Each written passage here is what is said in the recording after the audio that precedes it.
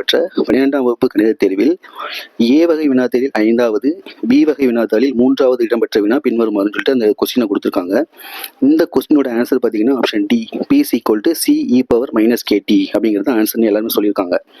So இதுக்கு வந்து அவங்க என்ன மிஸ்டேக் இதில் கொடுத்துருக்காங்கன்னா, இதில் வந்து கேயோட வேல்யூ வந்து லெஸ் தென் 0வா கிரேட்டர் தென் 0வா அப்படிங்கிறது கொடுக்கல. அப்படி கொடுத்தா தான் வந்து கரெக்டான ஆன்சர் எழுத முடியும். இல்லைன்னா ஆப்ஷன் பி எழுதினாலும் ரைட் தான், ஆப்ஷன் டி எழுதினாலும் ரைட் தான். ஸோ அதனால இந்த 2 ஆப்ஷனில் எந்த ஆப்ஷன் எழுதினாலும் அதுக்கு வந்து மார்க் கொடுக்கணும். இல்லைன்னா இந்த கொஸ்டினுக்கே நீங்கள் வந்து ஒரு மார்க் கிரேஸ் மார்க் கொடுக்கணும் அப்படின்னு சொல்லிட்டு அவங்க வந்து ஒரு கோரிக்கையாக சொல்லியிருக்காங்க. அதுக்கு வந்து ஒரு ஆதாரம் கொடுத்துருக்காங்க. 12th புக்கில் பார்த்தீங்கன்னா வால்யூம் 2ல் எடுத்துக்காட்டு 10.28 ஒரு சம் கொடுத்துருக்காங்க. அந்த சம்லேயே பார்த்தீங்கன்னா K greater than 0 அப்படிங்கிறத மார்க் பண்ணி கொடுத்துருக்காங்க பாருங்கள். ஸோ அதனால கண்டிப்பாக வந்து இந்த வேல்யூ கொடுக்காதனால பசங்க குழம்பிடுவாங்க. அதனால கண்டிப்பாக அதுக்கு வந்து கிரேஸ் மார்க் கொடுக்கணும்னு சொல்லி ஒரு மாதிரி சொல்லியிருக்காங்க.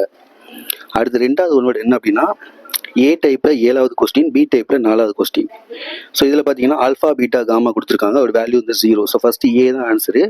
இந்த ஒன் வேர்டு வந்து உங்களுக்கு புக்லையும் இருக்குது, புக் பேக்கில் அப்படியே கொடுத்துருக்காங்க. 2வது இதில் என்ன சொல்லியிருக்காங்கன்னா, 2 medium, Tamil medium, English medium ரெண்டுலேயுமே வந்து கருத்து பிழை இருக்குது. அதனால மாணவர்கள் வந்து இந்த கொஸ்டினுக்கு வந்து கரெக்டாக ஆன்சர் பண்ண முடியாது.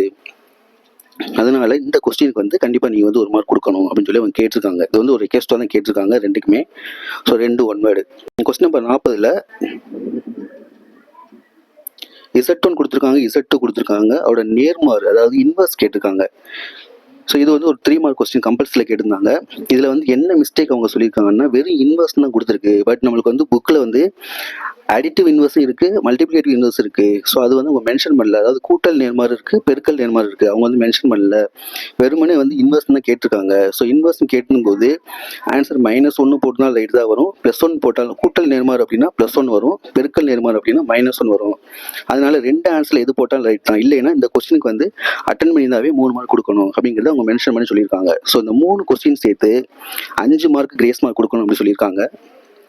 ஸோ 5 மார்க் கிரேஸ் மார்க் வந்துச்சுன்னா, ஸோ மேக்ஸில் வந்து எல்லாருக்குமே வந்து மார்க் வந்து கூடும். ஸோ எல்லாருமே ப்ரே பண்ணிக்கிடுவோம். கண்டிப்பாக வந்து கிரேஸ் மார்க் கொடுக்கணும் அப்படிங்கிறது அவங்க வந்து இன்றைக்கி தான் மெயில் அனுப்பியிருக்காங்க. ஸோ ரிப்ளை வந்து எப்படி வருதுன்னு தெரியல. வந்தோடனே வந்து உங்களுக்கு நான் ரிப்ளை பண்ணுறேன். ஸோ அஃபிஷியல் ஆன்சருக்கு வந்து சீக்கிரமே வந்து நம்ம சேனலில் போட்டுருவோம். நம்ம சேனலில் வந்து கன்டினியூஸாக வாட்ச் பண்ணுங்கள், சப்ஸ்கிரைப் பண்ணிக்கோங்க, சப்போர்ட் பண்ணுங்கள். Okay, thank you.